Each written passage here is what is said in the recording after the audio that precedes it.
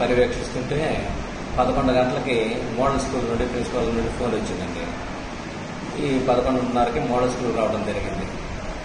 ఏంటో ఇష్యూ అంటే ఈ స్కూల్ దగ్గర రాగానే దాదాపు 100 మంది పేరెంట్స్ స్కూల్ ప్రిన్సిపల్ ఛాంబర్ చుట్టుముట్టి ఒక టీచర్ని కొట్టడం జరిగింది. ఎందుకు ఏంటి ఎంతమంది వచ్చారని విచారం చేస్తామంటే ఆ పేరెంట్స్ మూకుమ్మడిగా చెప్తున్నారు, మా పిల్లల్ని ఆడపిల్లల విషయంలో ఇక్కడ ఉన్నటువంటి టీచర్లు కొంతమంది జెంట్స్ టీచర్లు ఆ పిల్లల్ని పాఠాలు చెప్పకుండా భుజం మీద చేయటం, నడుము మీద చేయటం, ఇట్లాగా హరాస్మెంట్ చేయటం, తర్వాత ఫీజులు కూడా కొంచెం లేని ఫీజులు వసూలు చేస్తున్నారని చెప్పేసి చెప్పుకుంటూ వచ్చారు. సరే, నేను నెలకోసారి ఈ స్కూల్ విజిట్ చేస్తూ చిన్న చిన్న లోపాలు ఉంటే సరిదిద్దుకోమని ప్రిన్సిపల్ గారికి టీచర్స్కి హెచ్చరిక చేస్తూ వెళ్ళిపోయాను. కానీ ఆడపిల్ల విషయంలో ఇలా జరుగుతున్న విషయం నా దృష్టికి ఇప్పుడు రాలేదు. అయితే ఈ గర్ల్స్ స్టూడెంట్స్ కూడా 1 వీక్ నుండి ఇలా జరుగుతుంది అని మాత్రం చెప్తున్నారు.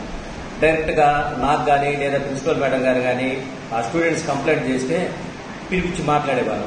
వాళ్ళు మాకు చెప్పకుండా పేరెంట్స్ చెప్పడం, పేరెంట్స్ అందరూ కూడబలుకొని ఒక 100 మంది పోగేసుకొని ఈరోజు మూకుమ్మడిగా మోడల్ స్కూల్ మీద దాడి చేసిందే కాక ప్రిన్సిపల్ మేడంని, ఇక్కడ ఉన్నటువంటి పీజీటీ ఇంగ్లీష్ లెక్చరర్ రవి గారిని కొట్టడం జరిగింది. ఈ విషయంలో ఎస్ఐ గారిని రిక్వెస్ట్ చేశాము. ఎస్ఐ గారు 4 కానిస్టేబుల్ పంపించి వారు కూడా వచ్చి విచారణ చేస్తూ ఉన్నారు. ఇది మోడల్ స్కూల్ విషయం. ఈ జరిగిన ఈ సిచ్యువేషన్ అంతటిని పై ఉన్నతాధికారులు, జిల్లా విద్యాశాఖ అధికారికి, joint director of model schools వారికి తెలియపరిచాము. పూర్తిగా సమగ్ర విచారణ రేపు మరలా విద్యార్థులను పిలిపించి ఏం జరిగిందో ఆ రిపోర్ట్ అంతా తయారు చేసి అధికారులకు పంపించడం జరుగుతుంది. అధికారులు తదనుగుణంగా చర్యలు తీసుకోవడం జరుగుతుంది. నా విచారణలో ఒక 3 పిల్లలు చెప్పారు.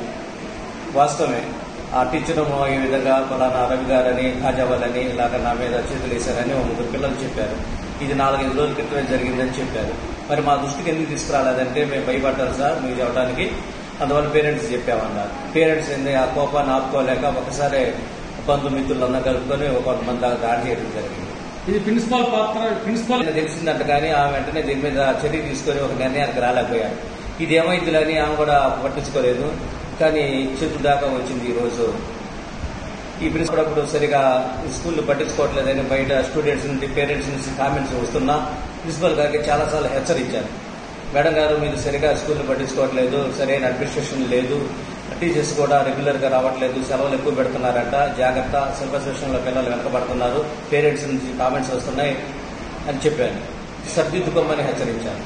వాళ్ళ ద్వారానే కదా ఈ సమస్య వచ్చింది. ఇది పై ఉన్నతాధికారులకు తెలియపరుస్తాం, తక్షణం ఏమైనా చర్య తీసుకుంటారని ఇప్పుడు జేడీ గారు కూడా నాతో ఫోన్లో మాట్లాడడం జరిగింది. Please subscribe Rahul news.